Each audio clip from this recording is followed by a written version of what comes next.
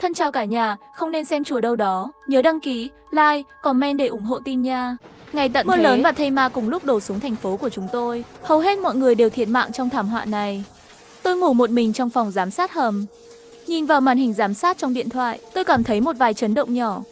Lại có kẻ ngoài vòng pháp luật đến đập cửa. Nhưng tôi không cần phải lo lắng. Bởi vì cái hầm này một chiều trộn cửa hợp kim, đủ để chống lại hàng ngàn tấn lực bên ngoài. Tôi sợ họ sẽ bỏ cuộc, sẽ chết trong thảm họa này vì thiếu thức ăn. Vì vậy, bình thường tôi thường điều khiển máy bay không người lái, đặt vật tư ở cửa hầm, thu hút người sống sót đến lấy, đảm bảo hầm chắc chắn này không bị lãng quên hoàn toàn. Sau tất cả, thảm họa này còn phải kéo dài hơn 10 năm nữa. Không thấy người sống, cô đơn có thể khiến người ta phát điên. Tôi nhìn đồng hồ, 6 giờ sáng. Bố mẹ và chị gái ở tầng trệt của tòa nhà chắc vẫn chưa thức dậy. Tôi đặt điện thoại xuống và chìm trong suy nghĩ về kết trước, gia đình vì tốt bụng tặng vật chất cho người khác, cuối cùng xảy ra bạo loạn, bị cướp phá và chết trên đường phố. Tôi không thể không nhớ lại cảnh đó. Đừng đến căn cứ, đừng đến căn cứ. Mở mắt ra, tôi thấy mình đang nằm trong một biệt thự sang trọng. Tiếng gầm rú trong bụng nói với tôi rằng tôi đã được tái sinh, sống lại một tuần trước ngày tận thế. Nghĩ đến hàng ngàn người chen chúc dưới lòng đất hôi thối trong nhà cho đến khi cuối cùng xảy ra bạo loạn, giết nhau mất kiểm soát. Tôi không dám lãng phí thời gian, nhanh chóng gọi điện thoại gọi bố mẹ và chị gái về nhà. Một nhà 4 người ngồi khách. Sau khi hội trường nghe xong câu chuyện của tôi, mọi người đều nghĩ tôi bệnh không nhẹ. Nguyệt, bạn có bị ốm không? Sao ban ngày lại nói nhảm vậy? Cho đến khi tôi đặt bàn trước mặt vào không gian, đặt lại vào vị trí, mọi người đều ngạc nhiên khi tin rằng tôi đúng. Tận thế thật sự đang đến. Sau lời đề nghị của tôi, mọi người nhanh chóng đưa ra quyết định. Đầu tiên là bán biệt thự hiện tại, cái hầm bỏ hoang trên đỉnh thị trấn. Bố tôi là một doanh nhân, sử dụng các loại liên hệ để chịu trách nhiệm gia cố và xây dựng. Mẹ tôi là một bác sĩ phẫu thuật nổi tiếng, liên hệ với bộ phận mua hàng với lý do bạn bè muốn mở hiệu thuốc, mua các loại vật tư y tế. Chị là học sinh lớp 12. Bình thường lại thích mua sắm trực tuyến, chịu trách nhiệm mua các loại đồ dùng hàng ngày. Và tôi phụ trách các siêu thị lớn, thành phố mua đồ ăn thức uống như mì gạo, ngũ cốc và dầu. Mọi người làm việc của mình, bắt đầu ngay. Bởi vì hầm nằm ở vị trí cao của thị trấn. Thêm vào đó, nó đã bị bỏ hoang trong nhiều thập kỷ. Nó nhanh chóng được giải quyết với giá rất rẻ. Sau khi mua hầm bỏ hoang, bố lập tức liên hệ với 3 đội cải tạo, ngày đêm không ngừng tiến hành gia cố cải tạo. Cửa sổ sử dụng kính cách âm và cách nhiệt tốt nhất. Mặt đất, gác xếp, mái nhà đều được lắp đặt tấm pin mặt trời và máy phát điện và xử lý cách âm. Thêm 2 triệu nữa để tìm đội lọc nước hàng đầu. Đặt hệ thống thoát nước mấy tầng dưới lòng đất, cài đặt lại tất cả. Ngăn chặn vấn đề ô nhiễm nguồn nước trong phòng ngủ. Cuối cùng lại gọi đội an ninh, bảo vệ cổng, thay thế bằng cùng một loại góc một chiều và cửa chính của kho tiền ngân hàng. Ưu điểm của loại cửa này là bên ngoài tấn công càng mạnh, bên trong sẽ cắn càng chặt dưới tác dụng của bánh răng. Các thợ trang trí không khỏi thở dài. Bộ này trang trí súng pháo đều không nổ được. Thật là có tiền đốt. Chị là một người đam mê mua sắm trực tuyến. Đầu tiên cô ấy đến thành phố đồ nội thất, đã mua tất cả các loại xong nồi. Lại nhớ đến thời tiết cực đoan mà tôi nói, đã mua 200 chiếc quần ẩm áo lông vũ ở thành phố bán buôn, 200 hộp kem đánh răng, bàn chải đánh răng, 200 hộp khăn trải giường chăn điện. Ngay cả khăn vệ sinh, giấy vệ sinh cũng đặt mua 10.000 hộp. Kiếp sau phòng trừng đều dùng không hết. Trong khi đó, đầu tiên tôi đến những khách sạn lớn nhất thành phố. Mỗi gia đình đặt 50 bàn rượu quý giá, gửi đến. Dù sao sau khi tận thế cho dù không thể đủ cho một gia đình trong 5 năm, bây giờ đừng sợ lãng phí tiền bạc. Sau ngày tận thế, thứ này ngay cả giấy cũng không Sau đó tôi lại chạy đến cửa hàng lớn nhất thành phố, trực tiếp tìm đến giám đốc siêu thị, đưa cho anh ta danh sách nhập hàng. Gạo bột trắng mỗi loại 1.000 túi, bánh mì gói mỗi loại 500 hộp, dâm bông và trái cây đóng hộp và hộp thịt chua 300 hộp, nồi lẩu tự làm nóng 300 hộp, sữa chua bò nguyên chất và đồ uống 500 hộp. Tất cả đồ ăn nhẹ trong siêu thị được đóng gói hỗn hợp 100 hộp, gia vị lẩu gia vị 1.000 hộp, bột ốc sên 1.000 hộp, nước đóng thùng các loại đồ uống một xe tải lớn. Người phụ trách cửa hàng nhìn tôi một cách khó tin. Cô Tô, cô muốn mở siêu thị phải không? Tôi lấy ra một cái thẻ đen nói có thể thanh toán toàn bộ tiền trước. Dù sao tôi ra tài sản mười mấy tỷ, tôi cũng không muốn lợi dụng. Người phụ trách sau khi quét thẻ cũng không hỏi nhiều. Cô Tô, xin hãy yên tâm, gửi cho bạn đúng giờ lúc 2 giờ chiều ngày hôm sau. Ngày hôm sau, tôi lái xe thẳng đến nông trại ở ngoại ông. Hạt giống rau của mỗi người mua 100 túi. Tất cả các loại trái cây tươi đầy một xe tải lớn. Lại đến trang trại bên cạnh, đã đặt hàng 500 con lợn béo giết trước rồi xử lý xong. 500 con gà, 50 con cừu và 50 con bò, chủ đề tươi. Cuối cùng đến thành phố hải sản, các loại bào ngư, tôm hùm, tôm tươi qua sống mua lại 5.000 cân.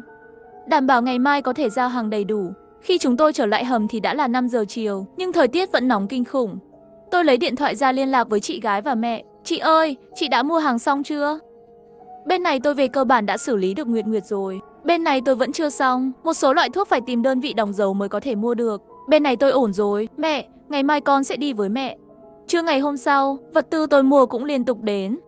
Tôi tặng mỗi người một phong bì màu đỏ 10.000 tệ và nhắc nhở họ về những ngày nóng, về nhà sớm và tích trữ một số nguồn cung cấp. Có lẽ chưa từng gặp qua tôi hào phóng như vậy. Các sư phụ nhận được phong bì màu đỏ đều vui vẻ.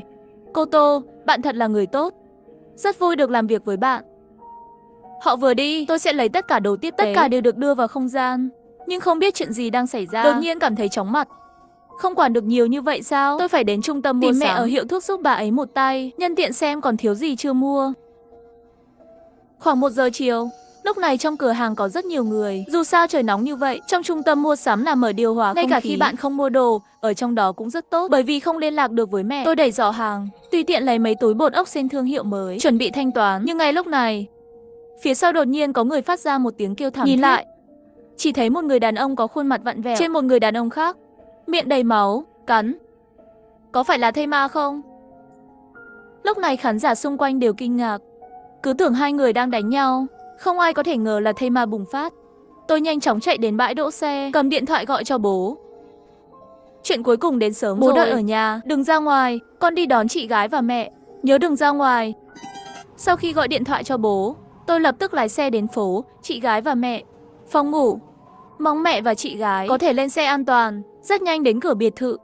Vừa chuẩn bị xuống xe, thấy hàng xóm sợ hãi chạy ra khỏi biệt thự. Dường như phía sau có cái gì ác quỷ đang đuổi theo. Chờ mẹ và chị gái vừa lên xe, một cảnh hại người xuất hiện.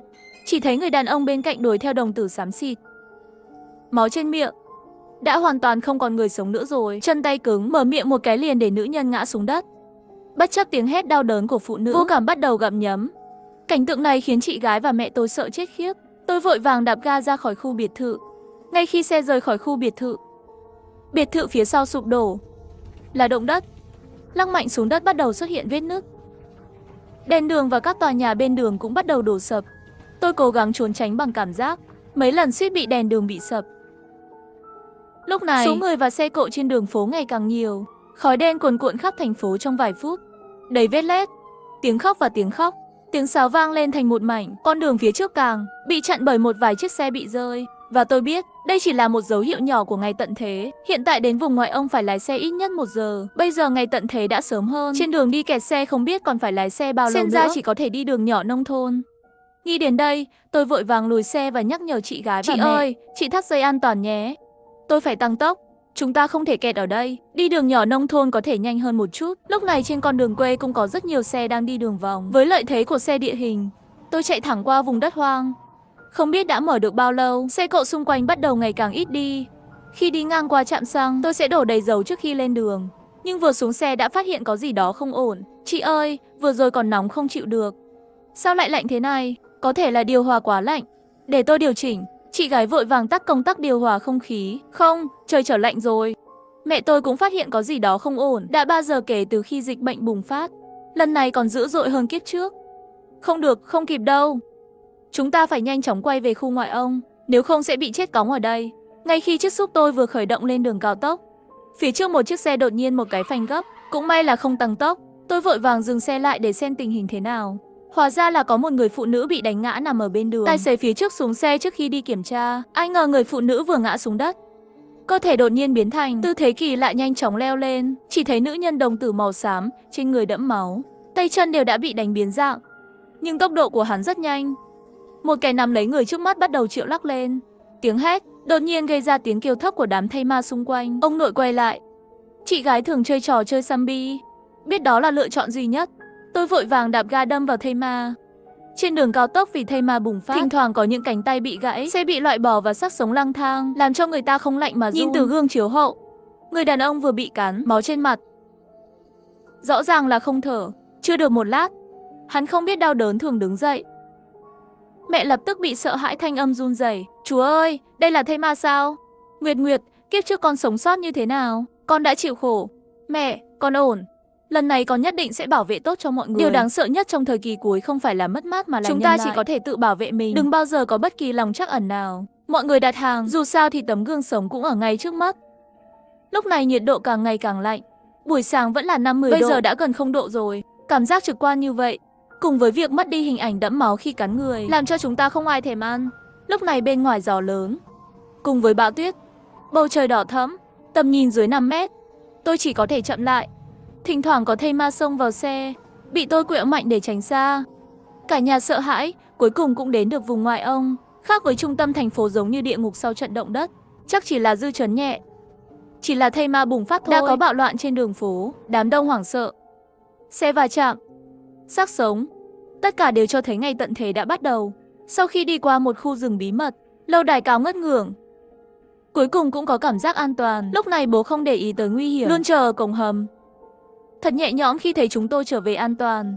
Gia đình trở lại hầm, bố đóng cửa hầm và khóa 2 tầng lối đi an toàn. Cả nhà ngồi trước bàn ăn, thịt nướng trên bếp trước mặt đang nóng hổi và bốc mùi dầu, với rau diếp, thịt bò cay, dưa chuột lạnh, móng vuốt gà cay. Trên khay nướng có ruột nướng và nấm, nhúng nước sốt và tỏi và ăn một miếng. Đó là một niềm vui trong những ngày cuối cùng lạnh giá. Ngay lúc này, một tin nhắn WeChat trong điện thoại di động vang lên. Thì ra trong nhóm chủ nhân của biệt thự bắt đầu hoạt động. Nhà tôi có người bị sốt. Hàng xóm, ai có thuốc giảm sốt? Tôi ra một thỏi vàng. Ai có thể gửi thuốc giảm sốt? Tôi đổi bằng túi Hamishi. Ai có thể gửi thuốc giảm sốt? Tôi đổi bằng chăn điện và một hộp mì gói. Chờ trên lầu, tôi sẽ gửi cho bạn ngay lập tức. Tôi nhìn thông tin của nhóm chủ sở hữu và thở dài. Sau một thời gian, mọi người đều hết hàng. Gia đình đổi thuốc này sợ rằng sẽ bị ảnh hưởng. Đêm nay cả nhà ngủ không yên. Sáng hôm sau, chị đặc biệt làm bữa sáng thịnh soạn. Mọi người nói về ngày hôm qua. Nhìn kìa, trên điện thoại di động phát tán video thây ma khắp nơi cắn người. Nhiều blogger kêu gọi mọi người tích trữ đồ dùng, đừng ra ngoài. Mọi người đều biết ngày tận thế đã đến. Buổi trưa đột nhiên có gió mạnh, bầu trời đỏ thẫm. Lát nữa tuyết rơi dày đặc. Tôi biết đây là trận tuyết lớn hiếm có trong 100 năm. Cực lạnh chính thức đến rồi. Đột nhiên bùng phát cực lạnh là rất đáng sợ. Chỉ vài phút là có thể chết cóng. Hôm nay nhiều người sẽ chết trong giấc ngủ. May mắn thay, bố đã chi hàng chục triệu. Đã xử lý nhiệt độ không đổi cho đế bảo. Tôi cũng lấy chân giày từ không gian ra, lại đặt chân điện vào 3 phòng ngủ. Tuy nhiên, ngày hôm sau thức dậy tôi cũng lạnh lùng nắm chắc run rẩy, không muốn rời khỏi chiếc giường ấm áp. Ngày thứ 10, mất điện khiến nhiều người trong nhà càng thêm khốn khổ. Nhiều người bắt đầu đốt bàn, ghế, sách để sưởi ấm. Gia đình tôi có máy phát điện, không bị ảnh hưởng, ngược lại sống rất ẩm ướt. Ngày thứ 20, không ai dừng lại, nhiều người bắt đầu tuyệt vọng. Ngày 30, nhiều người trong đám đông hét lên không còn hàng tiếp tế nữa, nghiệp vụ tắc để họ đi tìm vật tư. Ai biết đơn giản hơn. Sau khi chửi vài câu trong nhóm, cứ trực tiếp rút khỏi nhóm, các chủ nhà hoàn toàn mất đi hy vọng. Mọi người cũng bắt đầu cầm vũ khí đi ra đường. Tuy nhiên, ngay khi gia đình chúng tôi vui vẻ ăn lẩu, cửa hầm đột nhiên đổ chuông. Có người đang phá cửa hầm.